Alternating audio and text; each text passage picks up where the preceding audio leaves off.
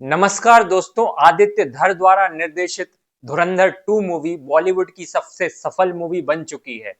4 दिन में इसने 700 करोड़ से ज्यादा का बिजनेस किया है।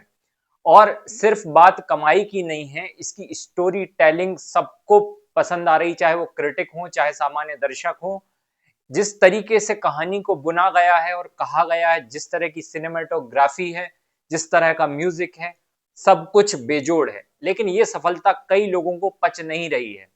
और जो लोग कल तक प्रोपोगेंडा फैलाते थे, चाहे वो न्यूज के जरिए, चाहे वीडियोस के जरिए, चाहे अनेक माध्यम से, वो लोग भी अब कह रहे हैं कि बॉलीवुड में ये एक तरह का प्रोपोगेंडा स्टार्ट हुआ है। इनमें से कई लेफ्टिस्ट लोग कहेंगे कि अरे हम एक मूवी की बात कर रहे हैं, अभी देश में कितनी समस्याएं हैं, कितने संकट हैं, और हमें एक मूवी की पड़ी है।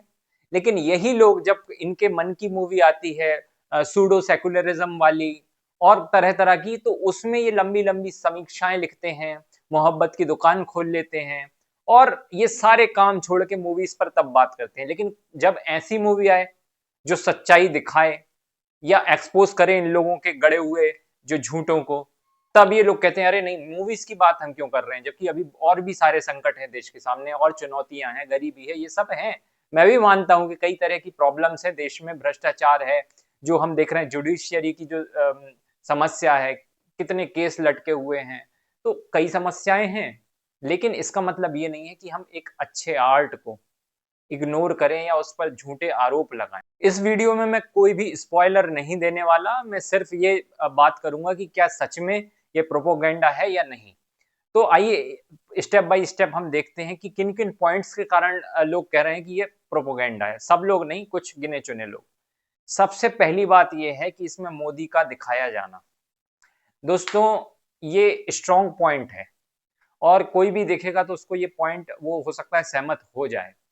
लेकिन एक बात का ध्यान रखिएगा, पहले तो मैं ये कहना चाहूंगा, इसमें कोई शक नहीं है कि आदित्य धर पर बीजेपी का तो नहीं, बट इनकी जो पॉलिसीज हैं एंटी टेररिज्म, इसका बहुत प्रभाव है। वे बहुत इम्प्रेस हैं, और क्यों ना हो, वे कश्मीरी हिंदू हैं जिन्होंने एक बड़ा, जिनकी जो पीढ़ियां हैं, उन्होंने इस दर्द को भोगा है। ये निर्वासित रहे, आज भी 7 लाख कश्मीरी हिंदू अभी तक वापस नहीं लौट पाए हैं, वापस अपने अपनी जगह जो सबको प्यारी होती है। तो उनके मन में निश्चित रूप से ये दर्द होगा, ये टीस होगी। और अभी जब 370 हटा, उस पर भी उन्होंने मूवी बनाई, वो डायरेक्टली उस मुद्दे से जुड़ी हुई है, तो निश्चित रूप से वे इस गवर्नमेंट को इस मामले में तो पसंद करते ही होंगे, मैं भी करता हूं। और इसका मतलब ये नहीं है कि मैं ये कह रहा हूं कि बीजेपी में सब कुछ ठीक है, यहाँ भी करप्शन है, यहाँ भी बहुत सारी प्रॉब्लम्स हैं। लेकिन अगर बात आती है नेशनल सिक्योरिटी की, तो निश्चित रूप से बीजेपी का जो अभी रुख है, जो रवैया है, वो बहुत क्लियर है। और मुझे लगता है जिस तरह की दहशत उन्होंने आतंक के गढ़ में मचा के रखी है, वो काबिल तारीफ है। और इसमें उनका कोई सानी नहीं है, ये चीज आपको एक्सेप्ट करनी ही पड़ेगी। मैं ये नहीं कह रहा कि पहले की सरकारों में हमारी जो एजेंसीज हैं, हमारी फौज है, वो उन्होंने बहुत बड़े बड़े कारनामे अंजाम दिए हैं। जैसे कि 1971 का वॉर है, वो सिर्फ आर्मी की जीत नहीं थी, वो पूरी इंटेलिजेंस की, रॉ की भी जीत थी, क्योंकि उसने बैक पर्दे के पीछे बहुत सारे ऐसे इंटेल जुटाए थे जिसका बहुत बड़ा फायदा हमारी फौज को मिला था, और हमने एक देश को तोड़ के रख दिया, जबकि अमेरिका भी विरोध में था उसके बावजूद। तो दोस्तों, मैं ये नहीं कह रहा, कोई भी ये नहीं कहेगा कि पहले भी हमारी एजेंसीज सक्रिय नहीं थी। लेकिन अभी जो कांस्टेंट यहाँ कुछ होता है, मान लीजिए पहलगाम में जो कुछ हुआ, हमारे टूरिस्ट को उनका धर्म पूछ के उन पर गोली चलाई गई, तो तुरंत उसका रिस्पॉन्स मिला, जो पिछली सरकारों में कई दशक से नहीं। मैं इंदिरा गांधी के जमाने की बात नहीं कर रहा, बीच में जो सरकारें आई थी, चाहे मनमोहन हो या अन्य गवर्नमेंट, वो रुख नहीं था कि तुरंत रिस्पॉन्स किया जाए। वहां उरी हुई तो सर्जिकल स्ट्राइक हुई, यहाँ ऑपरेशन सिंदूर तुरंत लॉन्च किया गया और हिला के रख दिया। कई लोग ये सोच रहे थे कि नहीं, अभी युद्ध और चलना चाहिए, अभी बहुत कुछ होना चाहिए, लेकिन इसके पक्के सबूत हमारे सामने आ चुके हैं कि हमने बड़ी चोट पहुंचाई आतंकियों को। और हम खुद, हमारे लिए युद्ध उतना अच्छा नहीं था, जिस तरह अभी हाल जो कोवर्ट ऑपरेशन चल रहे हैं, वो मुझे लगता है उससे जो दहशत आई है, वो भी मोसाद बना के रख दिया है रॉ को अजीत डोभाल ने। जिस तरह पहले इसराइल की खुफिया एजेंसी मोसाद अपने ऑपरेशंस करती थी, वैसे ही अब रॉ के एजेंट्स पाकिस्तान में अपने दुश्मनों को ठिकाने लगा रहे हैं। पहले क्या होता था, आतंकवादी आते थे पाकिस्तान से, यहाँ बेगुनाहों का खून करते थे, उनको मौत के घाट उतारते थे और उसके बाद उनके आका वहां बड़ी शान से जिम्मेदारी लेते थे कि हाँ हमने इस हमले को अंजाम दिया है। अब हाल उल्टा हो गया है। अब हमारे एजेंट्स वहां पर इन आतंकी आकाओं को ठिकाने लगाते हैं। ये ध्यान रहे कि उनका टारगेट मासूम लोग होते थे, जो हमने मुंबई में देखा और अनेक बॉम्ब ब्लास्ट्स में देखा।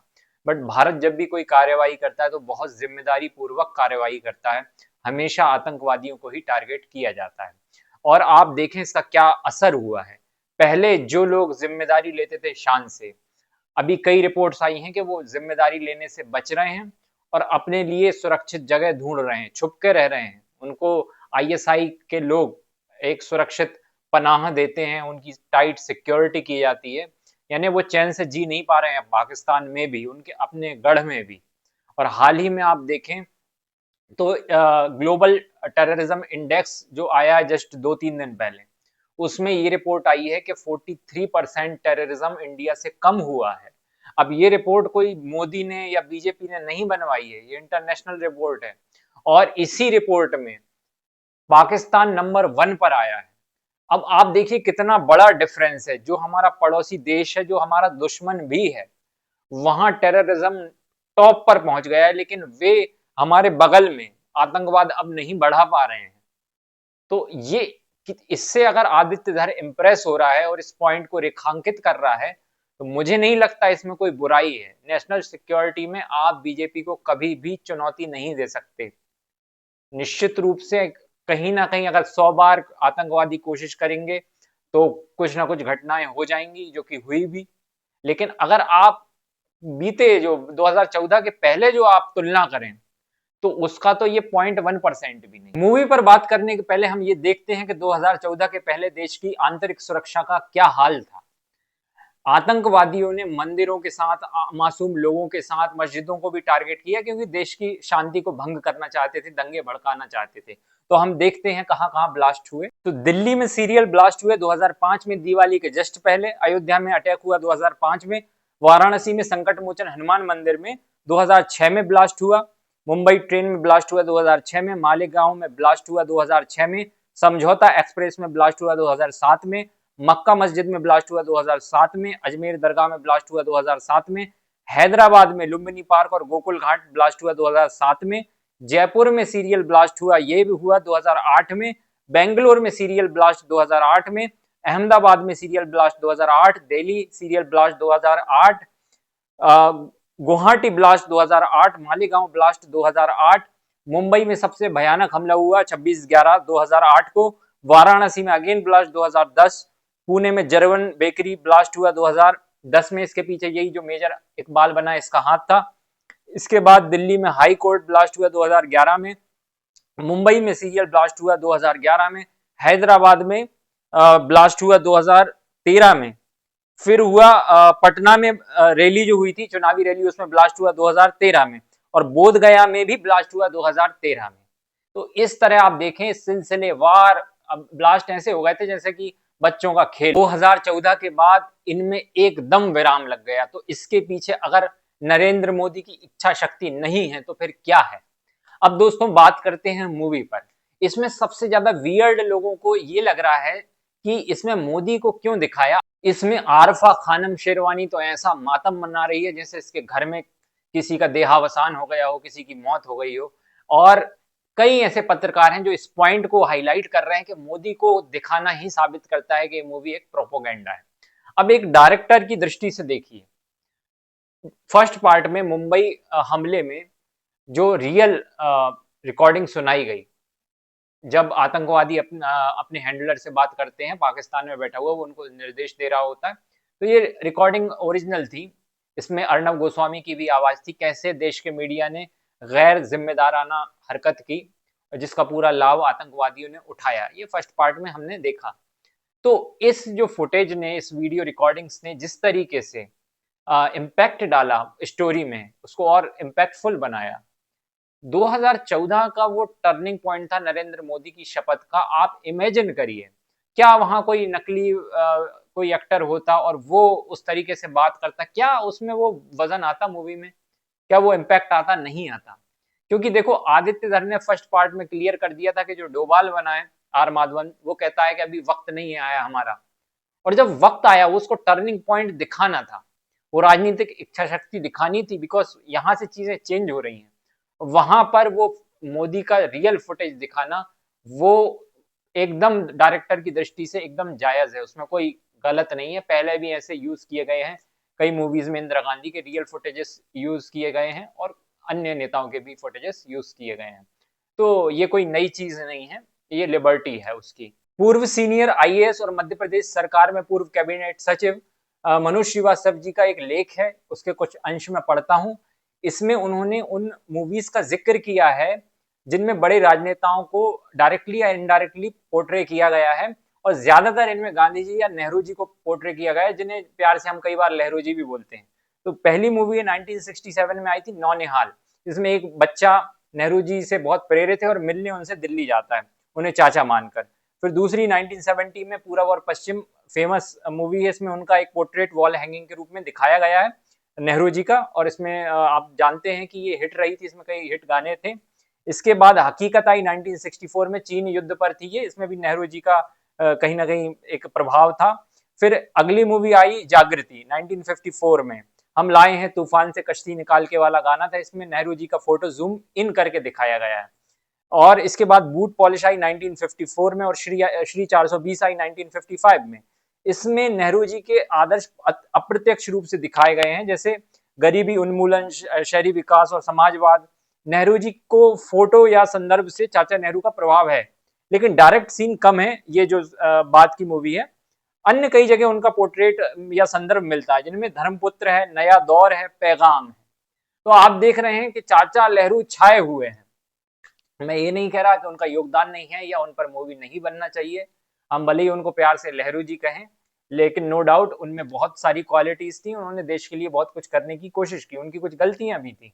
तो मैं ये नहीं कहता उन पर ये सब जो किया फिल्म डायरेक्टर्स ने, कहीं उनको फोटो जूम इन कर रहे हैं, उनको दिखा रहे हैं, कहीं उनके डायलॉग्स हैं, कहीं बच्चा चाचा नेहरू से मिलने जाता है, तो ये सब ओके है, क्योंकि उनके जो सही काम है गरीबी उन्मूलन के लिए, जो कुछ भी है उद्योग के लिए, उसको दिखाना या उनको परिलक्षित करना, हाईलाइट करना कुछ गलत नहीं है।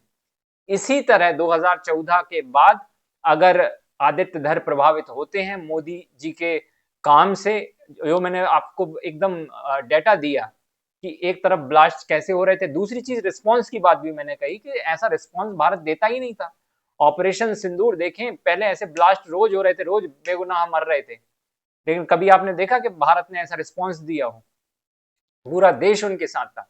कई लोग कह रहे थे युद्ध रुकना नहीं चाहिए, लेकिन मुझे लगता है जितना जरूरी हमने जवाब हम दे सकते थे उतना हमने बखूबी दिया, और इसकी पुष्टि कई इंटरनेशनल रिपोर्ट्स ने की है। अभी तक उनके जो ठिकाने, उनकी मरम्मत चल रही है।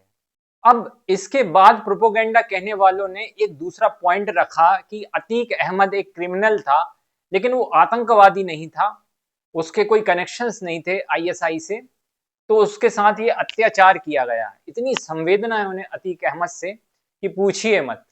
और इनमें बहुत सीनियर जर्नलिस्ट भी हैं, एक मनोज राजन त्रिपाठी हैं, वो अतीक अहमद पर ऐसे बात करते हैं जैसे उनके अब्बा की बात हो रही हो। और यहां भी उन्होंने वही बात कही कि नहीं नहीं, उसका आईएसआई से कनेक्शन नहीं था। 2023 की द हिंदू की न्यूज है, हिंदू कोई प्रो मोदी नहीं है, एंटी मोदी ही है। और अगर नंबर 1 कहूं मैं उसे एंटी गवर्नमेंट, तो अतिशयोक्ति नहीं होगी। उसमें ये रिपोर्ट आई थी 2023 में पीटीआई के हवाले से कि अतीक अहमद ने खुद कबूल किया है कि उसके कनेक्शन है आईएसआई से और लश्कर तैयबा से भी। और कुछ दिनों बाद तो उसकी मौत ही हो गई। तो मनोज राजन जी कह रहे थे कि भाई आईबी और रॉ को क्या मालूम नहीं था ये सब? अरे इंटरोगेशन चल रहा होगा। तो आप इस तरीके से उसको क्लीन चिट क्यों दे रहे हैं? शहाबुद्दीन क्या AK-47 मिली थी, कभी उस पर भी ऐसी, उस पर खुलासे होंगे तो आप उस पर भी रोओगे। पाकिस्तानी मेड AK-47 उसके यहाँ मिल पाई गई थी। तो ये अतीक अहमद और या शहाबुद्दीन, इन लोगों के साथ आपकी इतनी संवेदनाएं क्यों हैं? और अगर मान लीजिए एक बार को मैं मान भी लूं कि उनका कनेक्शन नहीं था, तो भी आप के जीवन को देखें, उनके क्राइम्स को देखें, किस हद तक के क्राइम्स उन्होंने किए हैं, सबके खिलाफ किए हैं, हिंदू मुस्लिम किसी को नहीं छोड़ा उन्होंने। अब तीसरा जो सबसे बड़ा पॉइंट है वो है नोटबंदी। इसमें कहा गया है कि भाई नोटबंदी जैसे व्यर्थ की स्टेप को जस्टिफाई किया गया है।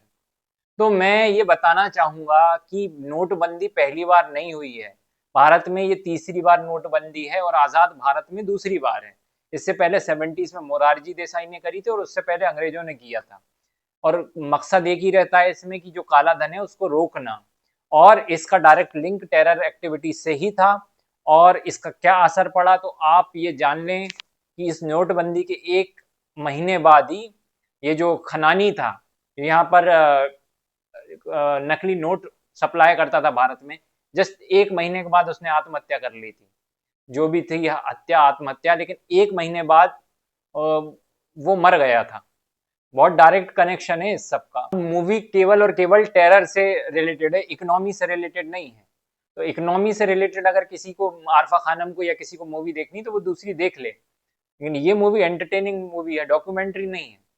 तो इसमें जो एक बुना गया है कहानी को एक सिरे से दूसरे, बहुत अच्छे से बुना गया है, उसमें बहुत बहुत सारी चीजें सही हैं। और मैं ये नहीं कहता सभी सही है, जैसे मेजर इकबाल है, उस पर मैंने एक पूरा वीडियो बनाया, उसकी तो ऐसी कहानी कि उस पर अलग ही मूवी बन जाएगी। तो वो मैं नहीं कह रहा कि उसका पूरा जीवन यथार्थ जैसा का तैसा दिखाया गया है, लेकिन जो चीजें दिखाई गई हैं, जैसे नवाज शरीफ को दिखाया गया है, मैंने कई बुक्स पढ़ी हैं रॉ ऑफिसर्स की, आईएसआई वालों की भी, तो उनका भी ये मानना है कि उसका भी यूज किया है इंडियन एजेंसीज ने, मैनिपुलेट किया है नवाज शरीफ को। जो लियारी गैंग वॉर है, तो ये तो उनकी सीटीडी जो है, काउंटर टेररिज्म जो डिपार्टमेंट है पाकिस्तान का, उसने खुद ये कहा है कि जो रॉ है उसने इन गैंगस्टर्स को यूज किया है। यहाँ कुछ लोग भूल जाते हैं भारत में बैठकर कि सरकार का विरोध एक हद के बाद देश का विरोध बन ही जाता है। वे उस सीमा रेखा को लांघ जाते हैं, जाने में या अनजाने में।